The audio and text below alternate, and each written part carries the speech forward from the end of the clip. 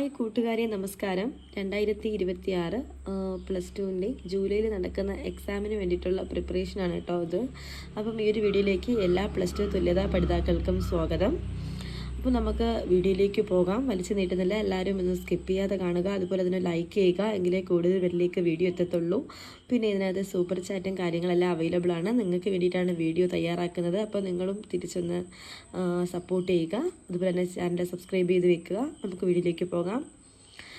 The first question വരുന്നത് നമുക്ക് നോക്കാം. ഗാന്ധാരി വിലാപത്തിൽ നിന്നാണ് ഫസ്റ്റ് കുറച്ച് ക്വസ്റ്റ്യൻസ് എടുത്തിട്ടുള്ളത്. അതായത് റിപ്പീറ്റ് ചെയ്ത് ചോദിക്കാൻ ചാൻസ് ഉള്ള ക്വസ്റ്റ്യൻസ് മാത്രമാണ് കേട്ടോ എടുത്തിട്ടുള്ളത്. നല്ല മരതക കല്ലിനോടൊത്തൊരു കല്യാണ രൂപൻ എന്ന് സംബോധന ചെയ്യുന്നത് ആരെയാണ്? അഭിമന്യുവിനെയാണ് അങ്ങനെ സംബോധന ചെയ്യുന്നത്. നെക്സ്റ്റ് ക്വസ്റ്റ്യൻ നോക്കാം. കർണൻ പ്രയോഗിച്ച വേലും തറച്ച് കടോൽക്കജൻ എങ്ങനെയാണ്? നീലമല പോലെയാണ് കടോൽക്കജൻ വീണത്. അവർ ശരീരത്തിൻ്റെ ഒരു ഇതിനെ വെച്ചിട്ടാണ് കേട്ടോ അങ്ങനെ ഉപമിക്കുന്നത്. അടുത്തതൊരു 2022 എക്സാമിനും ചോദിച്ചിട്ടുള്ള റിപ്പീറ്റ് വാല്യുള്ളൊരു ക്വസ്റ്റ്യൻ ആണ് കേട്ടോ. ഗാന്ധാരിയെ തീവ്ര ദുഃഖത്തിലാഴ്ത്തുന്ന സാഹചര്യം എന്താണ്? കർണൻ്റെ വേൽപ്രയോഗത്തിൽ നീലമല പോലെ വീണു കിടക്കുന്ന കടോൽഗജനും കഴുത്തറുത്തു കിടക്കുന്ന ജയദ്രഥനും നിലവിളിക്കുന്ന ദുശ്ശളയും ഗാന്ധാരിയെ ദുഃഖത്തിലാഴ്ത്തുന്നു. അതായത് ഒരു യുദ്ധം കഴിഞ്ഞതിന് ശേഷം ആ ഒരു യുദ്ധഭൂമിയിൽ വരുമ്പോൾ ഗാന്ധാരി കാണുന്ന ആ ഒരു സാഹചര്യം, അതായത് അവിടുത്തെ ആ ഒരു സംഭവമാണ് അതിൻ്റെ ഏറ്റവും കൂടുതൽ ദുഃഖത്തിലാഴ്ത്തുന്നതാണ് കണ്ടോ. നെക്സ്റ്റ് വളരെ ഇമ്പോർട്ടൻ്റ് ആയിട്ടുള്ള 1-2 ക്വസ്റ്റ്യനും കൂടി പറയാം. മരിച്ചു പോയവർക്ക് വേണ്ടിയല്ല, ജീവിച്ചിരിക്കുന്നവർക്ക് വേണ്ടിയാണ് ഗാന്ധാരി വിലപിക്കുന്നത്. പ്രതികരണക്കുറിപ്പ് തയ്യാറാക്കുക. അല്ലെങ്കിൽ നിങ്ങളുടെ ഈ ഒരു ഈ ഒരു ചാപ്റ്ററിൻ്റെ ബേസിൽ നിങ്ങളുടെ ഒരു പ്രതികരണക്കുറിപ്പ് തയ്യാറാക്കാനായിട്ടും ചോദിക്കാം. അതിനകത്ത് വരുന്നത് യുദ്ധം സർവനാശമാണ്.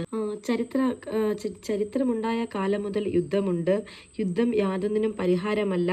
സമാധാനവും ശാന്തിയും സ്ഥാപിക്കേണ്ടത് മനുഷ്യനന്മയ്ക്ക് അനിവാര്യം. ഭാവി തലമുറയുടെ ക്ഷേമം നമ്മുടെ കടമയാണ്.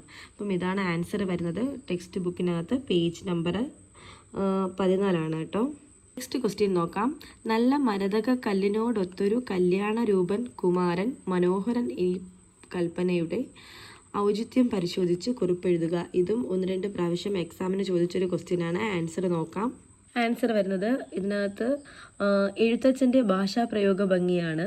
അതുപോലെ തന്നെ അലങ്കാര പ്രയോഗം, വർണ്ണ്യ വസ്തുവിൻ്റെ സൗന്ദര്യം, മൂല്യം, അതായത് ആ ഒരു വ്യക്തിയെക്കുറിച്ചുള്ള സൗന്ദര്യത്തിൻ്റെയും മൂല്യത്തിൻ്റെയും ഒരു ഭംഗി ഇവരെ കൂടെ കാണിക്കുകയാണ് ചെയ്യുന്നത്. അടുത്തത് ONV കുറുപ്പിൻ്റെ പെങ്ങൾ എന്ന് പറയുന്ന പാഠഭാഗത്തു നിന്നുള്ള കുറച്ച് ക്വസ്റ്റ്യൻസ് നോക്കാം. ഫസ്റ്റിലേ ഞാൻ പറയുന്നത് 2 മാർക്സിൻ്റെ 2 ക്വസ്റ്റ്യൻസ് ആണ് കേട്ടോ. പെൺകുട്ടി തൻ്റെ പെങ്ങളാണെന്ന് കവിക്ക് തോന്നിയത് എന്തുകൊണ്ട്? ആ പെൺകുട്ടിയുടെ ദുഃഖവും രോഷം, നിസ്സഹായത എന്നിവ കവിയുടെ ഹൃദയത്തിൽ വന്ന് പതിയുന്നത് കൊണ്ട്. പിന്നെ അടുത്തൊരു ക്വസ്റ്റ്യൻ, സ്ത്രീ ത്യാഗിയാണെന്ന് പാഠഭാഗത്ത് സൂചിപ്പിക്കുന്ന വരികൾ ഏതെല്ലാം? അല്ലെങ്കിൽ പാഠഭാഗത്ത് സ്ത്രീ ത്യാഗിയാണെന്ന് സൂചിപ്പിക്കുന്ന വരികൾ എഴുതുക എന്നായിരിക്കാം. അത് പറയുന്നത് ചന്ദനം പോലെ അരഞ്ഞകിൽ പോൽ പുകഞ്ഞു മന്യർക്കായി സുഗന്ധമാകുവോൾ.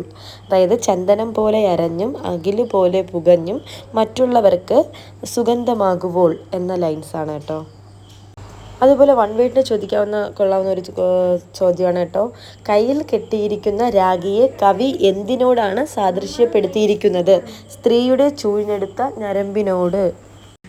ഇത്രയാണ് കേട്ടോ ഉൾപ്പെടുത്തിയിട്ടുള്ളത്. അപ്പം കൂടുതൽ വീഡിയോകൾക്കായി ചാനൽ സബ്സ്ക്രൈബ് ചെയ്ത് വയ്ക്കുക. അപ്പം stay tune and follow for more.